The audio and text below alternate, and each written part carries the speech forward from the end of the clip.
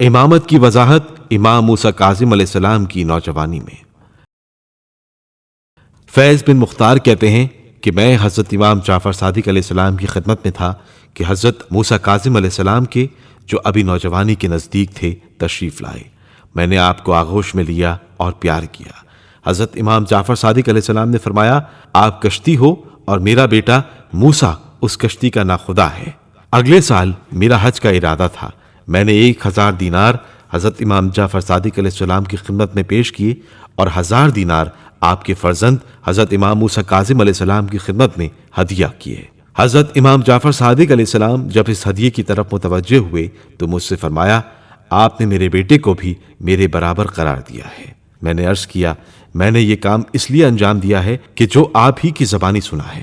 آپ علیہ السلام نے فرمایا، خدا کی قسم، میں نے نہیں بلکہ خداوند عالم نے یہ کام انجام دیا ہے۔ یہی راوی ایک دوسری جگہ رقم تراز ہیں۔ میں نے حضرت امام جعفر صادق علیہ السلام کی خدمت میں عرض کیا، آپ میرے ہاتھ کو پکڑ لیں اور مجھے جہنم سے نجات دیں، اور آپ کے بعد ہمارا امام کون ہوگا؟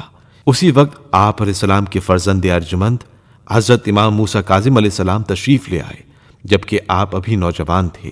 امام نے فرمایا، یہ تمہارے ولی امر ہیں، ان سے متمسک ہو جاؤ۔ مفضل نے بھی اسی طرح کا ایک واقعہ بیان کیا ہے اور پھر کہا کہ حضرت امام جعفر صادق علیہ السلام نے نصیحت فرمائی کہ آپ کے فرزند حضرت امام موسیٰ کاظم علیہ السلام کی امامت اور جانشینی کو دوسروں کے سامنے بھی بیان کروں۔ امامت کی وضاحت امام موسیٰ کاظم علیہ السلام کی جوانی میں۔ سلمہ ابن محرز کہتے ہیں کہ میں نے حضرت امام جعفر صادق علیہ السلام کی خدمت میں عرض کیا، قبیلہ اجلیہ میں سے ایک شخص نے مجھ سے کہا، یہ بوڑھے شخص کب تک زندہ رہیں گے؟ ان کے بعد تو آپ لوگوں کے پاس کوئی امام نہیں ہے کہ جس کی پیروی کرو۔ امام علیہ السلام نے فرمایا، آپ نے اس سے یہ کیوں نہیں کہا کہ یہ موسیٰ جو کہ جعفر کے بیٹے ہیں کامل مرد ہو گئے ہیں اور اپنے باپ کی جگہ کو پر کر سکتے ہیں۔